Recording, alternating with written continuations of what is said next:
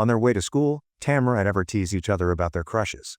While Tamara gets distracted complaining about their antisocial tendencies, Ever tries to make her stop, but it's too late. The car hits a bicycle and sends Randall into the trash. Randall is angry and starts ranting, but he instantly stops when he sees Tamara. He's about to ask her out, only to suddenly be hit by a slushie. It was thrown by Danny, who is driving with his best friend Hunt and his girlfriend JC. They behave like total jerks, however Tamara still talks nicely to them because she's desperate to be popular. Ever wants to offer Randall a ride, but Tamara refuses. Later at school the class gets ready for a field trip. Gym teacher Lorenzo confiscates everyone's phones and mocks Ever when she says she doesn't have one. Lorenzo also jokingly says that he must take the bus driver's phone, but Wayne isn't amused. Before they leave, Lorenzo gives a cheesy speech about getting to connect with real nature. After driving for a few hours, Lorenzo realizes that Wayne has taken the wrong road. An argument ensues and Wayne gets distracted, so he isn't looking ahead. Suddenly the bus hits something and blood is splattered all over the windshield. Unable to see the road, Wayne ends up driving the bus through a fence and down the hill. He hits the brakes and the bus crashes, causing everyone to hit their heads and even puke. JC breaks her nose and Lorenzo just tells her to cover it. At that moment they see something moving in the woods and the bus begins shaking when that something bangs on it. Suddenly the radio emits an alarm with a message from the Office of Civil Defense, telling all citizens to evacuate to the nearest shelter because they're under a chemical attack. Then something hits the window, leaving blood on the glass. A person appears at the door and Lorenzo wants to open the door. Wayne and the teens are against the idea but Lorenzo opens it anyway. The person jumps on Lorenzo and bites his face, revealing he's a zombie. The teens panic and rush to the emergency exit. Candace trips on her way out and they step on her, causing her to cough up blood. The zombie brings down Lorenzo and starts attacking the last few teens, throwing them around. Ever grabs Candace's hand and tries to pull her out, but it's too late. The zombie has grabbed her feet and pulled her back into the bus. While the zombie catches the last few teens that couldn't escape, Ever runs through the woods. She almost gets lost in a mysterious thick fog, but she manages to cross it and reunite with Tamara. Hearing a roar in the distance, the survivors keep moving together until they find a building. They rush inside and Danny slips on a pool of blood, causing him to fall on the intestines of a dead horse. It's so gross that the others refuse to help him and he has to crawl out. They decide to keep looking and find another building, where they can hear many roars and slamming doors. There are roars behind them too, so they have no choice but to move forward. The teens keep arguing about the situation and Danny thinks everyone is exaggerating because zombies don't exist. As they wonder how their families are doing, the group hears the roars getting closer, so they run to hide in the building. Once inside the apartment, they split to look for weapons. In a dark room, they find creepy stuffed animals surrounded by candles but also some useful tools. They also start moving big objects and furniture to block all exits. While working on the window, Tamara thinks she sees somebody outside and hears a female scream. She's startled out of it by Hunt's dumb and rude comments. Steven notices that Ever is nervous and swears to protect her, claiming he has experience thanks to playing tabletop games. They discuss how mean the popular kids are and Randall points out that Ever will lose Tamara to them. Meanwhile JC is trying to convince Tamara that she should hang out with her group instead of Ever. After they finish securing the apartment, they hear Candace's voice asking for help. Ever looks outside and confirms it's her, so she wants to help her. However Randall stops her as he points at the zombie that has appeared near the door. Everyone steps back in fear and waits until the creature is gone to talk again. Ever looks out again and sees that the zombie is climbing on top of a van to watch Candace from afar. She insists they should help, but everyone refuses because it's too dangerous. When the zombie jumps off the van, Ever opens the window and calls Candace's name. As the girl starts running toward the apartment, Ever tries to open the door too but the others won't help her. The zombie tackles Candace to the ground and starts smashing her head while a mutated Wayne appears at the door. Ever steps back as Wayne punches through the wood and inserts his head into the hole. Suddenly the door goes down because the zombies have thrown Candace's body at it. Wayne bursts through the open entrance and the other zombie breaks in through a wall. Danny hits Wayne with a wooden plank to create an opening and the teens start running until they find another room. They struggle to close the door because Wayne keeps pushing on the other side, but thankfully they manage to lock it in the end. When they turn on the lights, they discover graffiti on the walls and glowing sticks on the floor, which indicates that a rave happened here. JC steps back and screams when she bumps into something, but the thing behind the curtain is just their classmate Ryan. He explains he saw the monsters attack the other teens, who started to act differently. This implies they were infected, but Danny still refuses to believe zombies are real. Suddenly the first zombie opens the back door, revealing he's brought more of his kind. The teens move toward the entrance but Wayne and more creatures are there. They desperately start moving all the curtains, looking for another exit. As the zombies slowly come closer, the teens notice a hole in the wall and Randall punches the plank covering it until it falls. Hunt is stuck behind another curtain punching the zombies while begging his best friend for help. When the creatures surround him and grab him, Danny rushes to help him. He fights as many zombies as he can but sadly Hunt is dragged away by the horde and Danny has to run. Meanwhile, Ryan is trying to cross the hole, but his body is too big and he's starting to bleed. Ever pushes him with all her strength and Ryan falls through, his wound getting worse in the process. She also falls into the hole and a zombie tries to jump on her. However, Danny returns and pulls the monster back, throwing him away before rejoining the group. Randall covers the hole again and everyone continues to run. In the next room, they find tons of creepy mannequins and clown dolls. Danny has a breakdown over losing Hunt and blames Ever for revealing their presence to the zombies. At that moment he notices that the mannequins look like them and concludes they've been specifically chosen for the attack. Ever is disturbed to see that her mannequin says nothing on its face. Suddenly Wayne bursts through the dolls and the teens dodge him after seeing his reflection in the mirror. The boys fail to tackle him and Wayne spreads blood on Tamara's arm before Randall hits him on the head to bring him down. Randall doesn't stop though, he just keeps furiously hitting Wayne's head until he isn't moving. Ryan and Tamara call him amazing and she even hugs him. Ever looks at the things that fell from Wayne's pocket and points out that he consumed lots of illegal substances before taking his lighter. Suddenly Danny starts coughing and says he feels cold.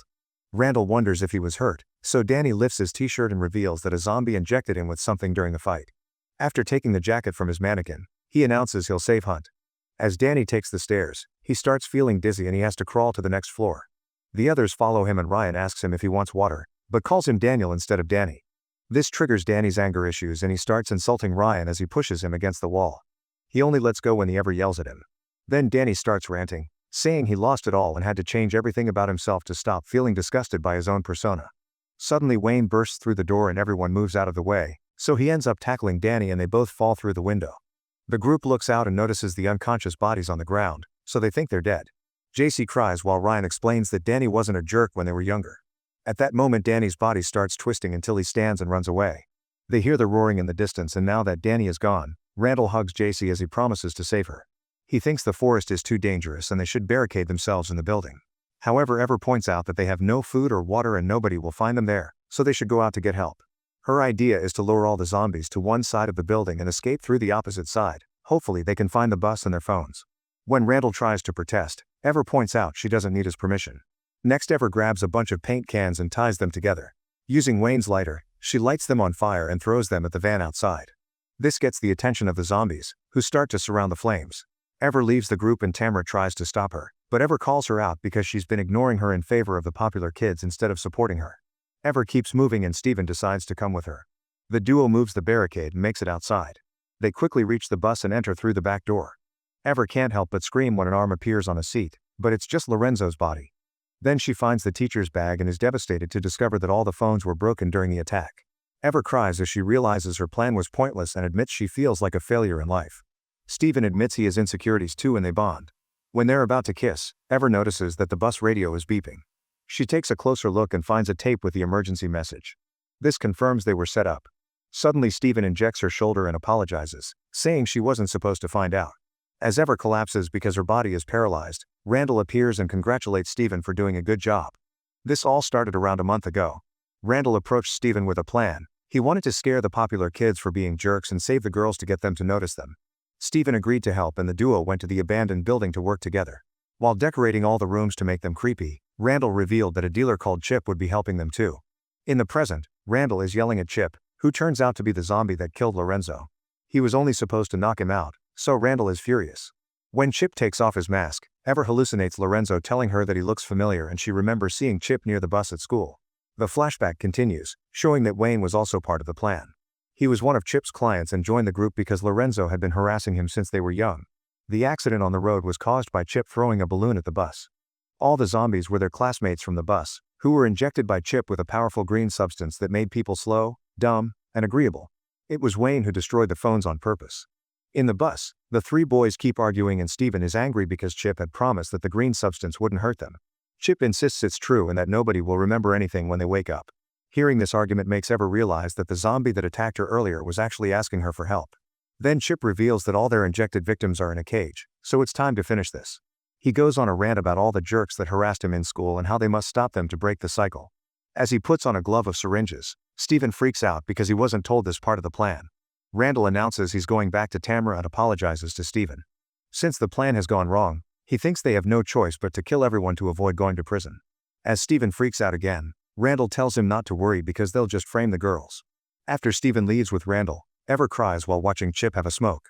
She hallucinates Lorenzo telling her to do something to survive.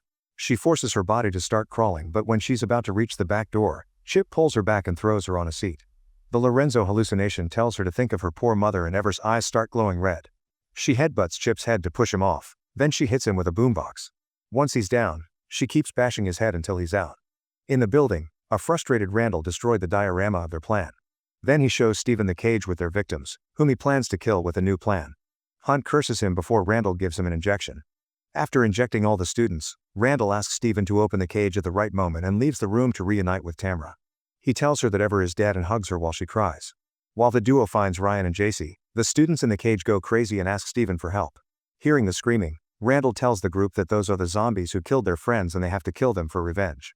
He reveals he has a bag of weapons and hands them out, even taking a sword for himself. Randall opens the door to the zombies at the same time that Steven opens the cage, but at that moment Ever arrives and closes the cage again while asking the others to stop. Her veins are very black, so JC thinks she's a zombie too. As Randall tries to convince the others to kill her, Ever shares the details of the plan and Danny backs her up from the cage. While JC and Ryan are relieved to hear that Danny is normal again, Ever asks Tamra to support her. Tamra hits Randall on the head and sends him flying against a curtain. When it falls, it reveals a mural of Randall being a hero with Tamra grabbing his leg. Steven is also there protecting Ever. When Steven tries to attack Ever with a syringe, the students in the cage drag him in and Ever helps them by pushing. Hunt and Danny come out and let the others beat Steven up. While the friends reunite, Randall attacks Ever with his sword. JC throws her a crowbar and Ever blocks every blow. Tamra then comes after Randall, telling him she'd never be with someone like him.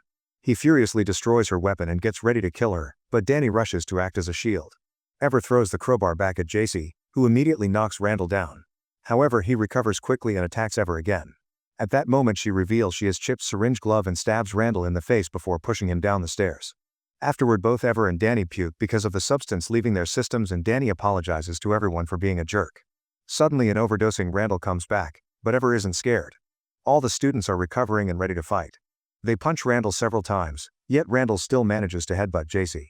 Ryan joins the fight and brutally beats Randall up until he's down, getting Tamra to call him awesome. Feeling better, Ever hits Randall in the face with the sword to finally knocking him out. A few hours later, Wayne wakes up tied outside. Steven and Randall are out and tied against the mural. Ryan takes Danny away in a wheelbarrow and Danny asks him to call him Daniel as they agree to be friends again. Hunt is confused, so Danny reveals that he went to fat camp with Ryan, but he became a jerk after losing weight. JC befriends Candace and the whole class appears to get along now, with no discrimination between popular kids and losers. Ever and Tamra apologize to each other for their attitudes lately and admit they need each other with a hug. After taking Chip's body out, the group works together to fix the bus and leave the forest. Suddenly they scream when Lorenzo wakes up. A few weeks later, a teacher asks Steven and Rambel to work for her to discipline unruly kids. Make sure to subscribe and turn on notifications so you can watch more videos like this. Thanks for watching.